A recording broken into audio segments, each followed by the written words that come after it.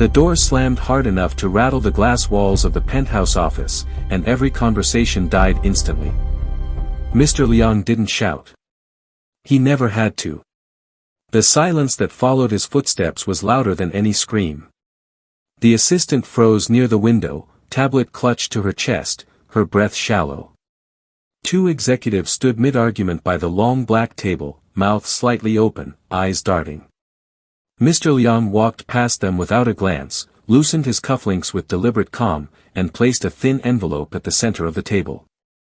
"Who authorized this?" he asked quietly. No one answered. He tapped the envelope once. "I'll ask again." The head of compliance swallowed. "Sir, it came through an external channel. Not part of the program." Mr. Liang finally looked up. His eyes were sharp, almost curious. "Nothing exists outside the program." The assistant stepped forward, voice trembling. "The DNA registry flagged it last night. A match appeared in the United States. Public database." Mr. Liang's fingers stilled. Public. He opened the envelope slowly. Inside were printed screenshots, gene markers, probability charts, a familiar signature pattern. He recognized it instantly. He had paid millions to memorize that code. It was his. He read the line beneath it twice. Biological parent confirmed. Maternal origin, United States citizen. For the first time in decades, something unfamiliar crossed his face. Confusion. "That's impossible," he said. No one contradicted him. They didn't need to. The evidence was already bleeding through the walls of his perfect system. Mr. Liang turned toward the window, the city lights reflecting in his eyes like a distant constellation.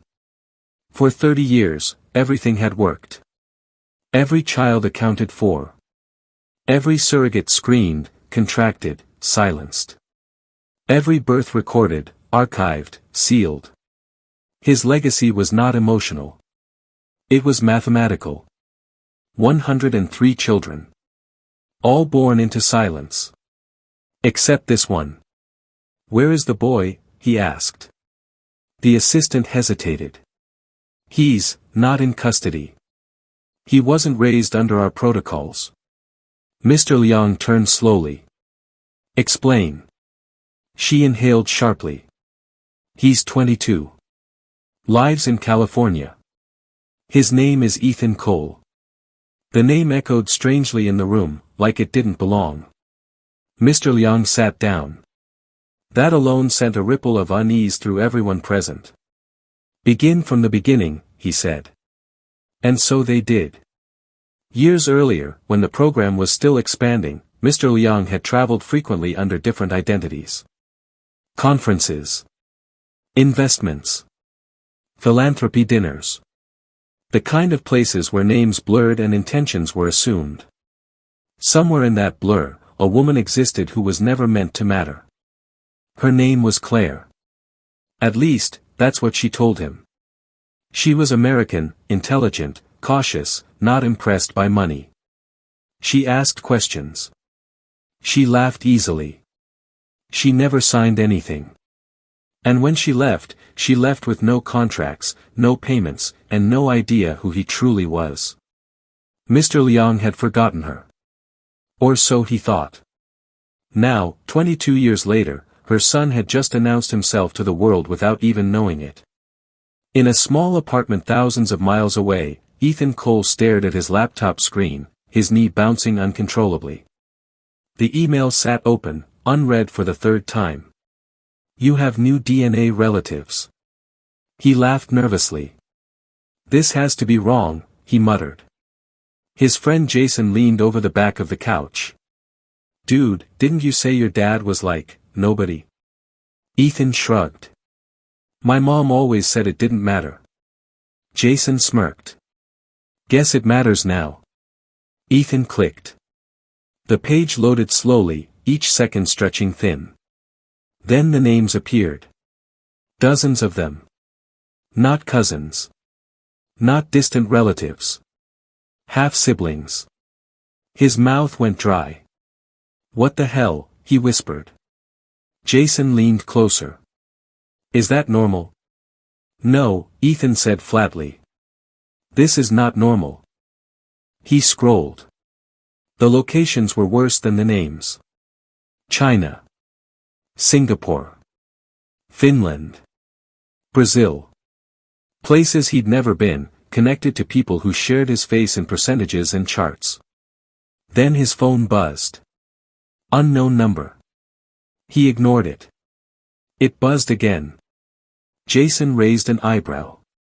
You gonna get that? Ethan hesitated, then answered. Hello. Silence. Then a voice, low and calm. You've seen the results. Ethan's heart slammed against his ribs. Who is this? You are asking questions that don't belong to you, the voice replied. Ethan stood. You called me. You don't get to tell me what belongs to me. A pause. You should stop searching, the voice said. For your own safety. Ethan laughed, sharp and humorless. You don't even know me. We know exactly who you are, the voice said. The call ended. Jason stared at him. Bro, you good? Ethan slowly lowered the phone. No, he said. I don't think I am. That night, Ethan barely slept. His mind raced through memories, his mother's evasive answers, the way she'd always deflected questions about his father, the tight smile she wore whenever the subject came up. By morning, he confronted her. Mom, he said, standing in the kitchen, laptop open between them. We need to talk. Claire glanced at the screen and went pale. Where did you get that? She asked. I took a DNA test, Ethan said. I have over 50 half-siblings. Mom. 50. Her hands trembled as she sat down. I never wanted you to find out like this, she whispered. Find out what? Ethan pressed. Who is he? She looked up at him, eyes filled with something between fear and regret. I didn't know who he was, she said. Not really. Mom. He wasn't supposed to matter, she said, her voice breaking. And then you existed. Ethan felt something crack inside his chest. You're saying my entire life was an accident?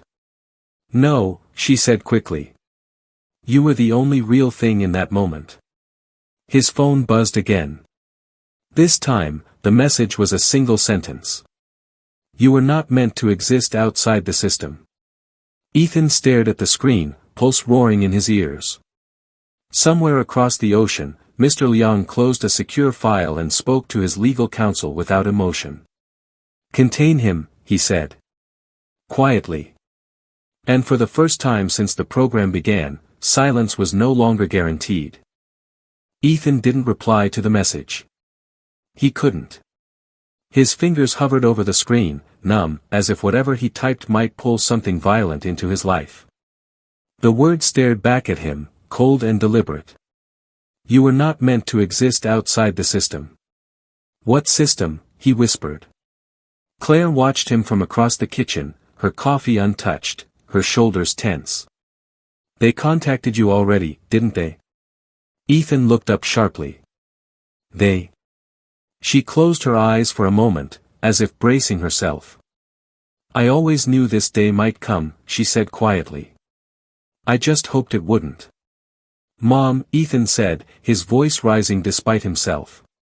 You need to stop talking in fragments. Someone just threatened me.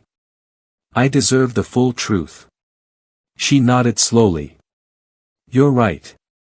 She took a breath. 23 years ago, I met a man who called himself Daniel. He said he worked in international investments. He was intense, but careful. Everything about him felt controlled. Ethan scoffed bitterly. Sounds about right. I didn't know he was married. I didn't know he was powerful. I didn't know he was building something unnatural, she said. When I found out I was pregnant, he disappeared. Completely. No number. No address. Nothing. Did you ever try to find him? Ethan asked. Claire hesitated. Once. And I stopped very quickly. Why? Because someone called me, she said. Not him. Someone else. They told me it would be safer for everyone if I forgot. Ethan felt a chill creep up his spine. Safer how? They didn't explain, she said. But they knew things. About me. About you. Things they shouldn't have known. Silence stretched between them. So my whole life, Ethan said slowly, I've been watched. Claire didn't answer. That was answer enough. Later that day, Ethan sat alone in his car, gripping the steering wheel so tightly his knuckles hurt. His phone buzzed again. This time, it wasn't a threat. It was a request. Private message request, LM. He opened it. I shouldn't be able to message you. If they find out, I'm done. But I had to try. Ethan's heart pounded. He typed quickly. Who are you? A pause.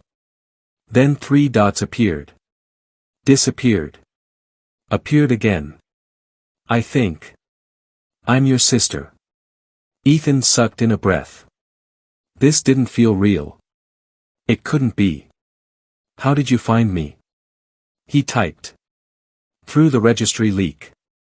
I wasn't supposed to have access, but someone made a mistake. They always do eventually. Where are you? Another pause. I can't say. We're not allowed to say where we are. Or who we are. Or anything, really.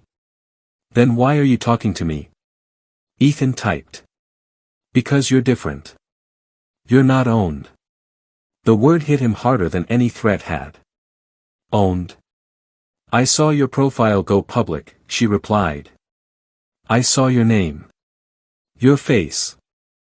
I've never seen a sibling's face before. Ethan swallowed. I didn't know any of this existed. Neither did we, at first. We were raised thinking we were part of an initiative. That we were special. Important. But not, free. Free. Ethan stared at the word until it blurred. What happens if they find out you're talking to me? He typed. The reply came almost immediately. They'll isolate me. Or move me. Or erase my access. Maybe worse. Then why risk it? Because if you can speak, maybe one day we can exist. Ethan dropped the phone onto the passenger seat, chest heaving. This was bigger than him. Bigger than his mother. Bigger than anything he'd ever imagined. Somewhere else in the world, behind layers of security and soundproof walls, Mr. Liang watched a live feed of Ethan's digital footprint. He's communicating, the head of security said. Encrypted channels. Likely peer-to-peer. Mr. Liang's expression didn't change. Which sibling? We don't know yet. That's unacceptable, Mr. Liang said calmly. You built this system to prevent exactly this. The man shifted uncomfortably. The American boy is an anomaly. He was never conditioned. Which makes him dangerous, Mr. Liang replied. He stood and walked toward the wall of screens displaying data points, timelines, and files marked with alphanumeric codes instead of names. He doesn't understand silence, Mr. Liang continued. He believes speech is harmless. What would you like us to do, sir? The security chief asked. Mr. Liang considered the question. We remind him what speech costs. That evening, Ethan's bank app sent a notification. Account restricted. He frowned.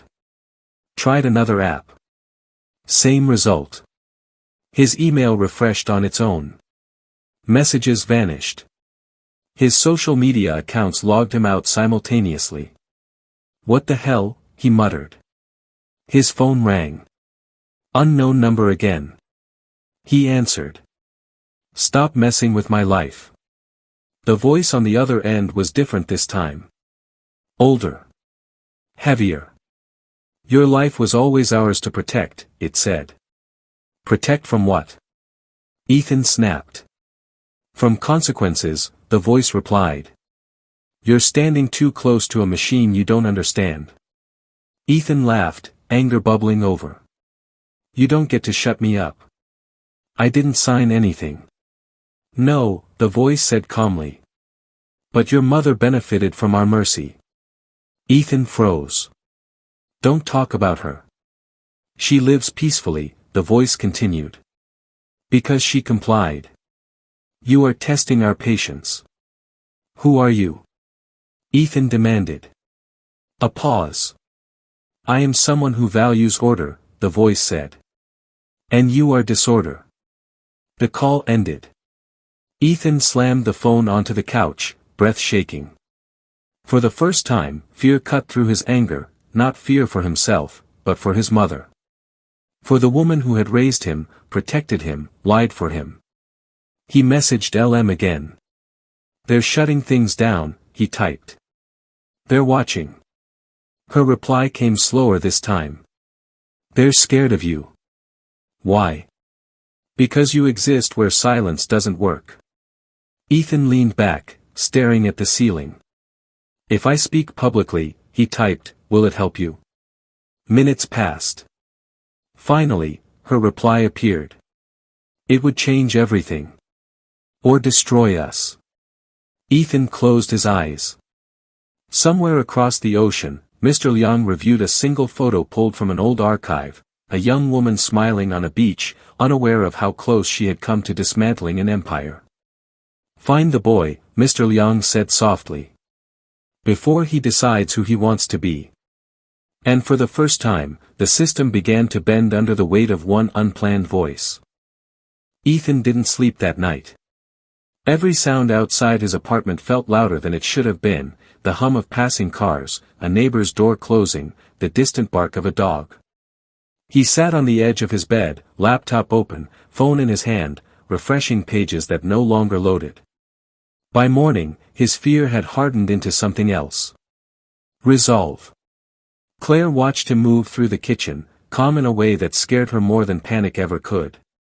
You're thinking about doing something reckless, she said quietly. Ethan poured coffee he didn't plan to drink. I'm thinking about doing something honest. That's not the same thing as safe, she replied. He turned to her.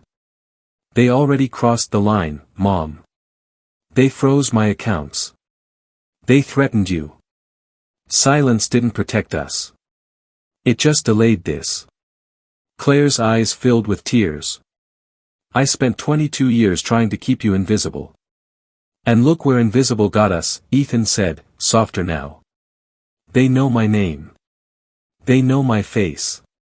The only thing they don't control is my voice. She reached for his arm. If you go public, they won't stop at warnings. Ethan nodded. I know. Somewhere in a restricted compound thousands of miles away, a young woman sat in a sterile room, staring at the same kind of screen Ethan had stared at days earlier. Her name was not LM. That was only a temporary identifier. She had been assigned 5 names in her life and permitted to use none of them. Her handler stood behind her, arms crossed. You accessed an unauthorized channel, he said. She kept her eyes forward. I accessed information about my family. You don't have a family, he replied flatly. Her jaw tightened. Then why do we share blood? The handler's silence was answer enough. We saw your messages, he continued. The American boy is unstable. He will be contained.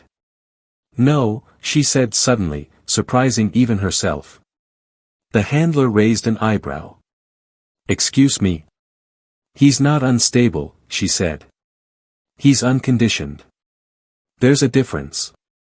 The handler stepped closer. You are overstepping. She finally turned to face him. So did you, when you taught us to read. To think.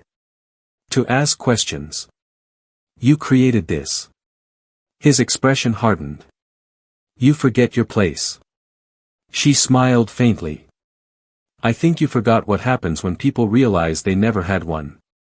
Back in California, Ethan sat at his desk, recording and deleting the same sentence over and over. My name is Ethan Cole, and I think my father. Delete. He rubbed his face, frustration mounting. Every version sounded too dramatic, too small, too dangerous. His phone buzzed. Unknown contact. He answered without thinking. What now? A new voice responded, calm and unmistakably personal. Ethan. His blood ran cold. Who is this? You know who I am, the voice said. You just don't know me. Ethan stood slowly. You're him. A pause. Then, yes. Ethan laughed, sharp and bitter. You finally decided to call. I decided to speak, the man replied. There's a difference. Ethan's hands shook. You don't get to sound reasonable after everything you've done. I've done nothing to you, the man said evenly. You exist because of a choice. A careless one. Careless? Ethan snapped. You built an entire system around creating children, and I'm the mistake. You are an exception, the man corrected. Exceptions destabilize systems. I'm not a system, Ethan shot back. I'm a person. That is where we disagree, the man said calmly. Ethan closed his eyes, breathing hard. Why are you really calling? Because you're standing at a crossroads, the man replied. And you don't understand the cost of either path. Try me. If you speak publicly, the man continued, you will never have a normal life. Every relationship will be questioned. Every success will be dissected. You will become a symbol, not a human being. And if I stay quiet? Ethan asked. You will be comfortable, the man said. Protected. Forgotten. Ethan's voice dropped. What about them? A pause. Who? The others, Ethan said. The ones you locked away. The ones who can't speak. They are safe, the man replied. That is enough. For you, Ethan said. Not for them. Silence stretched. You have my genetics, the man said finally. Which means you are intelligent enough to understand leverage. I am offering you a choice. Ethan laughed again, but this time there was no humor in it. You're offering me silence in exchange for money. I am offering you freedom, the man corrected. No, Ethan said. You're offering me permission. The line went quiet. You will regret defiance, the man said softly. Maybe, Ethan replied. But at least it'll be mine. He ended the call before his hands could betray him. That afternoon, Ethan began preparing. He didn't write a speech. He gathered evidence. Screenshots. Messages. DNA results. Timelines. Everything that connected him to the invisible web stretching across continents. He backed it up in places he didn't even remember creating, scheduled releases he could cancel but not fully erase. Claire watched from the doorway. Are you sure? Ethan didn't look up. No. She nodded. That's how I know you're telling the truth. That night, LM messaged him one last time. They moved me, she wrote. Different facility. Less access. I'm sorry, Ethan typed. I didn't mean. Don't apologize, she replied. This is the first choice I've ever made. He stared at the screen. I'm thinking of going live. 3 dots appeared. Disappeared. Appeared again. If you do, she wrote, some of us will finally know we're real. Ethan swallowed. And if I don't? Then we stay numbers forever. Ethan scheduled the live stream for the following evening. Within hours, the internet began to notice. Speculation exploded. Anonymous forums buzzed with theories. A countdown appeared on Ethan's page, shared thousands of times by people who didn't know why they cared, only that something felt off. In a quiet room far away, Mr. Liang watched the countdown tick down. "He won't do it," one of his advisors said. "He's bluffing." Mr. Liang said nothing. "Sir," the advisor pressed. Mr. Liang folded his hands. "People who grow up in silence fear noise," he said. "People who grow up with noise fear silence." He looked at the screen, at the ticking numbers, at the face of the son he never meant to have. "And this one," he added softly, "has never learned to be afraid." The clock continued to count down. The countdown reached 10 minutes, and the internet felt like it was holding its breath. Ethan sat in front of his laptop, camera off, staring at his own reflection in the dark screen. His hands were steady now, which surprised him. He had expected fear to take over, to shake him into silence. Instead, there was a strange calm, the kind that only came after every other option had already failed. Claire hovered behind him, arms wrapped around herself. "You still have time to stop," she said softly. Ethan nodded. "I know." She stepped closer. "If you do this, they'll never leave you alone." He looked up at her. "They were never going to." Her eyes filled. "I wanted you to have a quiet life." Ethan smiled sadly. "You gave me a real one. That's more than they ever gave anyone else." His phone buzzed. Unknown number. He stared at it for a long moment, then answered. "You're late," the voice said. Ethan exhaled. "You're cutting it close for a man who hates uncertainty." "This ends now," the man said. "Turn it off. Walk away. I'll make sure you and your mother are taken care of." Ethan leaned back in his chair. "You keep saying that like it's generous." "It is," the man replied. "You don't understand how exposed you are." "Then help me understand," Ethan said. "Why are you so afraid of one voice?" A pause. A longer one this time. "Because voices spread," the man said finally. "And once they do, they don't belong to anyone." Ethan smiled faintly. "Now you're starting to sound like me." "This isn't a game," the man snapped. "No," Ethan agreed. "It's a reckoning." "You think you're doing this for them," the man said. "But you're doing it for yourself." Ethan's voice hardened. "I'm doing it because you taught them silence and called it safety." "You will destroy what I built," the man warned. Ethan glanced at the countdown. 2 minutes. "You destroyed it the moment you forgot we could talk," he said, and ended the call. The screen flickered. The live stream went live. Within seconds, tens of thousands of viewers poured in. Comments exploded, scrolling too fast to read. Ethan took a breath and leaned toward the camera. "My name is Ethan Cole," he began, his voice steady. "I don't know my father's name, not the real one. But I know his system." In a secure facility halfway across the world, alarms began to chirp softly. Screens lit up. Technicians moved faster. "He's live," someone said unnecessarily. Mr. Liang stood alone, hands clasped behind his back, watching. Ethan didn't rant. He didn't accuse. He told a story. He spoke about a DNA test taken on a whim. About discovering siblings who had never been allowed to speak. About messages that disappeared. Accounts that vanished. Threats delivered with polite voices. "This isn't about one man," Ethan said. "It's about what happens when power decides people are assets." He shared documents, not everything, just enough. Redacted files. Overlapping timelines. Patterns that didn't require names to make sense.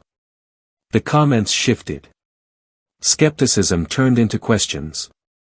Questions into outrage. Somewhere else, LM watched from a borrowed terminal, heart pounding. For the first time in her life, she heard someone say what she had only ever thought. "We exist," Ethan said. Even when we're told we don't. Security protocols escalated. Shut it down, someone shouted. We can't, another replied. It's mirrored. Everywhere. Mr. Liang closed his eyes briefly. Ethan reached the end of his prepared material sooner than he expected. He hadn't planned this part. The silence stretched. Then he spoke again, quieter now. There are people watching this who can't comment. Can't like. Can't even be seen. This isn't their choice. He swallowed. So if I disappear after tonight, he continued, you'll know why. Claire gasped softly behind him. Ethan reached forward and turned off the camera. The stream ended abruptly. The internet erupted. Minutes passed. Then hours. Ethan didn't go home that night. By morning, news outlets were scrambling. Analysts debated authenticity. Lawyers argued jurisdiction. Governments denied involvement. No one mentioned names, but everyone understood implications. The video was taken down. Then reposted. Then translated. And Ethan Cole was nowhere to be found. Claire woke to an empty apartment and a note on the counter. I'm okay. Don't look for me. Let it breathe. She pressed the note to her chest and cried. In the facility, LM was escorted into a different room. No screens. No handler. Just silence. For the first time, it felt thin. A day later, an encrypted message appeared on dozens of hidden devices across the world. It was short. He spoke. In his penthouse, Mr. Liang watched markets react, partners hesitate, systems stall. You should have erased him earlier, an advisor said carefully. Mr. Liang shook his head. No. He walked to the window, looking out at the city that had always bent to his will. He was never the problem, he said softly. He was the proof. The advisor frowned. Of what? That silence only works when everyone agrees to it. The advisor hesitated. What happens now? Mr. Liang's reflection stared back at him from the glass, older than it had been yesterday. Now, he said, we find out how many voices were waiting. Somewhere, in a place without cameras or clocks, Ethan watched the world respond to something he had released but could no longer control. He didn't know if he had saved anyone. He only knew the silence was broken. And it would never be the same again. And that's where this story pauses, not because it's finished, but because the silence has finally been broken.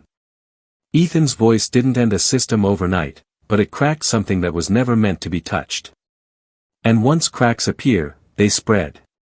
The question now isn't whether more truths will come out, it's who will be brave enough to speak next. Because somewhere out there, other voices are waking up.